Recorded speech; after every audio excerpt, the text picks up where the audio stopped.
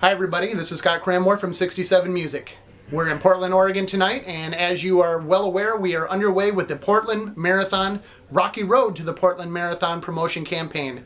Once again, this is a campaign where I am going to be running the Portland Marathon, 26 miles, and we're doing it for the Artichoke Music Outreach Program. We are very happy to be partnered with them. We will be talking with them later on. As we said before, this is going to be benefiting what they do, bringing music into the underprivileged areas, supporting teachers and music lessons, and getting instruments to the kids. So we're very happy. Can't wait to get going on that. And I want to thank all of the sponsors and all of the people that have donated up to this point. It's got off to a great start, and we're looking forward to seeing what's going to happen as the summer comes around. So, on to the best part now, on to the part that everybody is here to see. We are standing in the headquarters of Stumptown Kilt in Portland, Oregon, and we are talking with the three men behind Stumptown Kilt, and I want to introduce them right now and their product. Let's start over here, actually. This is Johnny. Hi. Nice to meet you. Right here we have Tim, and this is Sid. Cheers. Thanks, guys, for coming out tonight. Well, actually, we came to you, but thanks for being a part of this program and so generous with your sponsorship.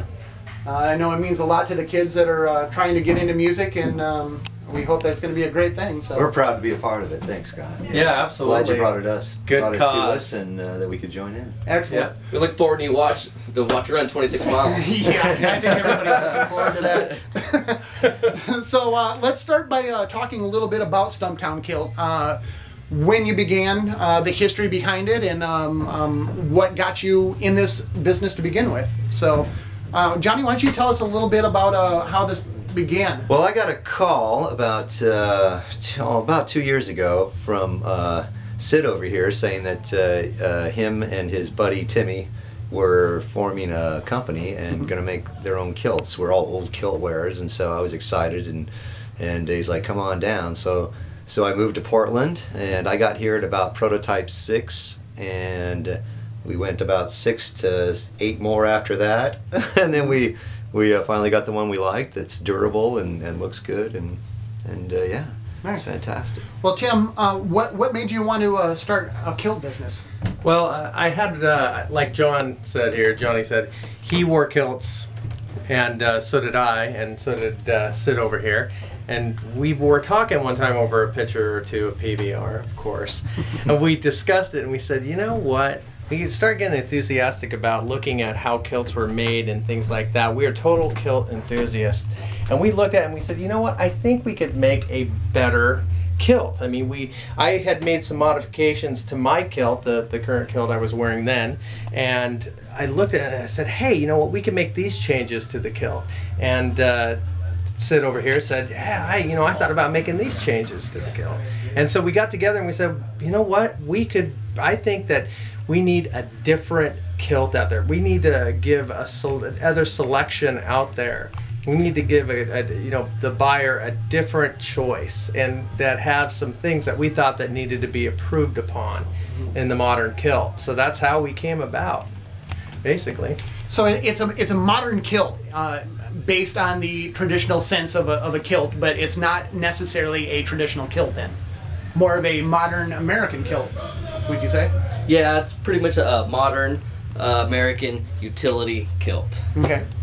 That's adjustable in the waist. Okay. and quite honestly, too, if we went out there and tried to make a version of our kilt in plaid, we go to the Highland Games and we'd get run out of town. They would. They're like, get your kilt at Walmart. As opposed to being honest and going in with this product, which is an easy on, easy off. It's not 8 yards of wool played. And they love us, so it's a good trade-off. We're not trying to be traditional. We're trying to be American and modern. We call ourselves the Portland Clan. Of course, we have McLean, so he has his own clan. But if you're buying an American modern kilt, we call ourselves the Portland Clan. So we're trying not to be traditional. We don't want to compare ourselves to traditional kilts.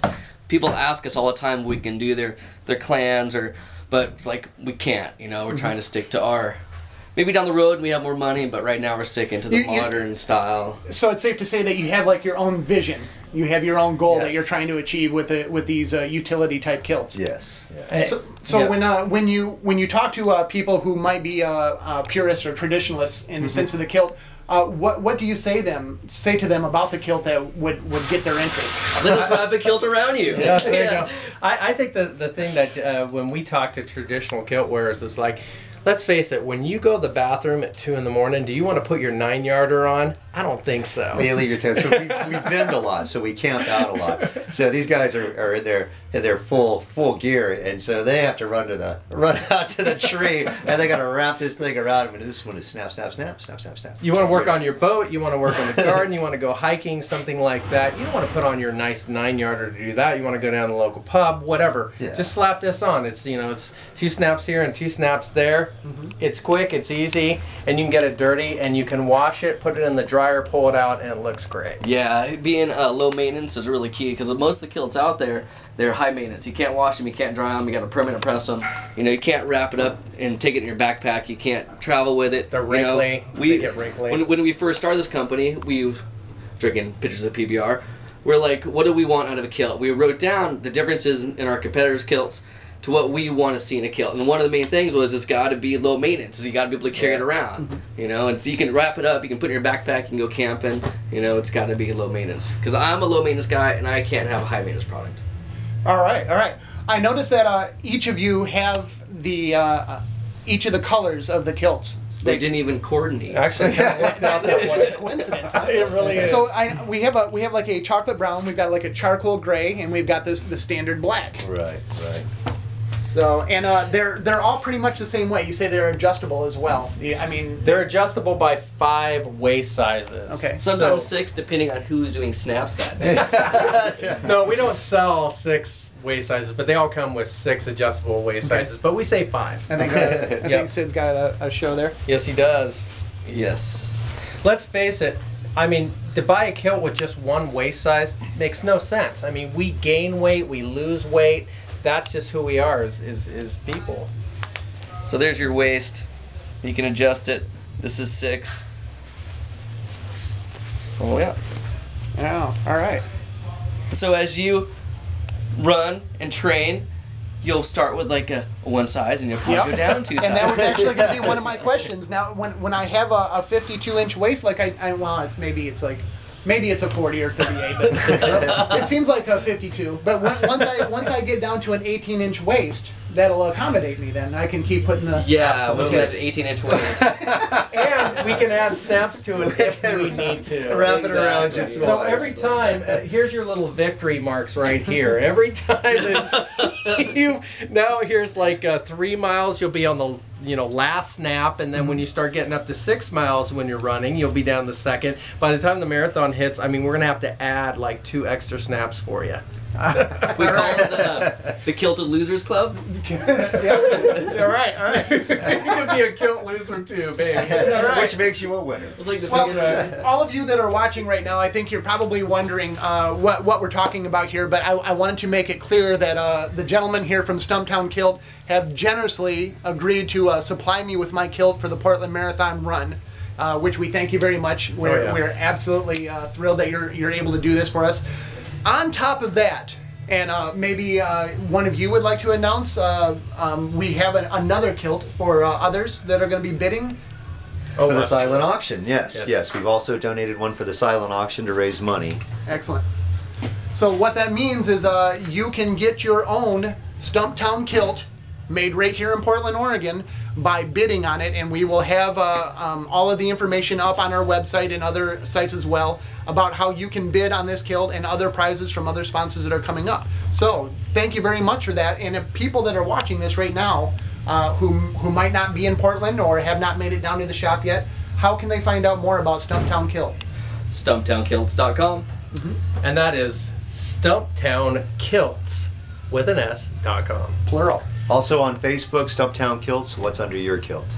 And also, we are coming out with the women's mini kilt, which is Wow. going to be fantastic. This Let me spring. tell you. Tried it out on my wife, looked fantastic.